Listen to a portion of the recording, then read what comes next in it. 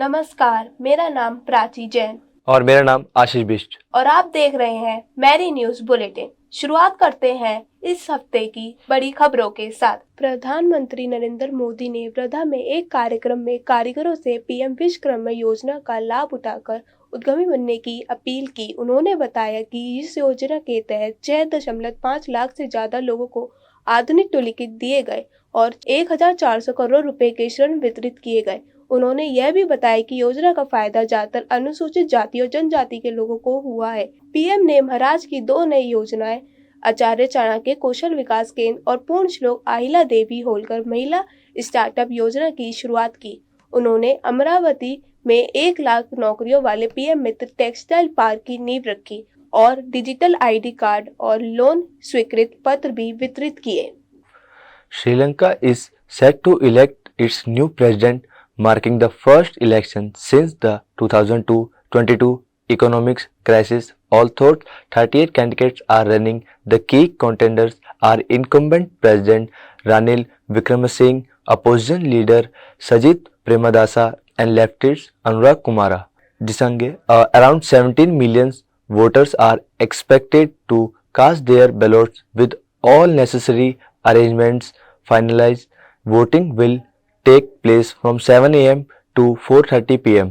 followed by counting. Over 1300 buses and special trains are organized to ensure voters turnout. MERI college के BJMC विभाग ने national cinema day के अवसर पर एक कार्यशाला का आयोजन किया। मुख्य अतिथि श्री चंद्रमोहन शर्मा, प्रसिद्ध फिल्म क्रिटिक, ने स्लैमडॉग मिलियनेयर की स्क्रीनिंग के बाद सिनेमा के महत्व और पत्रकारिता के अवसरों पर चर्चा की। उन्होंने बताया कि सिनेमा समाज के मुद्दों को उजागर करने का महत्वपूर्ण माध्यम है और पत्रकारिता में इस क्षेत्र में कई संभावनाएं हैं। कार्यशाला में छात्रों ने सक्रिय रूप से भाग लिया।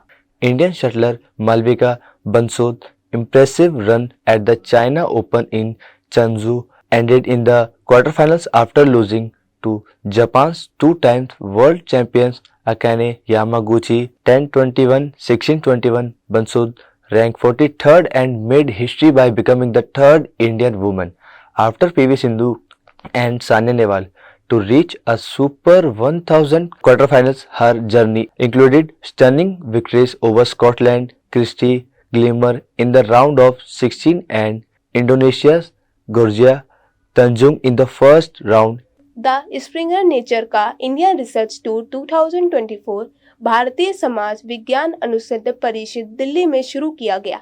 इसका पहला उद्देश्य भारत में रिसर्च को बढ़ावा देना है, जिसमें रिसर्च इंटीग्रिटी, ओपन एक्सेस और सस्टेनेबल डेवलपमेंट गोल्स पर केंद्रीय वर्कशॉप और ट्रेनिंग शामिल है। यह टूर पूरे भारत में विपरीत एकेडमिक इंस्टीट्यूशंस और रिसर्च को जोड़कर उनके रिसर्च की गुणवत्ता और वार्षिक पहचानों को बढ़ाने का प्रयास करेगा। ICSSR और स्प्रिंग नेचर के बीच की यह पार्टनरशिप भारत के रिसर्च परिदृश्य को मजबूत बनाने के लिए है। Here comes the cyber tip of the week. To enhance your privacy with smart TVs, disable the camera and microphone in the setting when not in use. Consider covering the camera lens with tape as it can sometimes be activated remotely. Regularly update your TV software to ensure it has the latest security patches.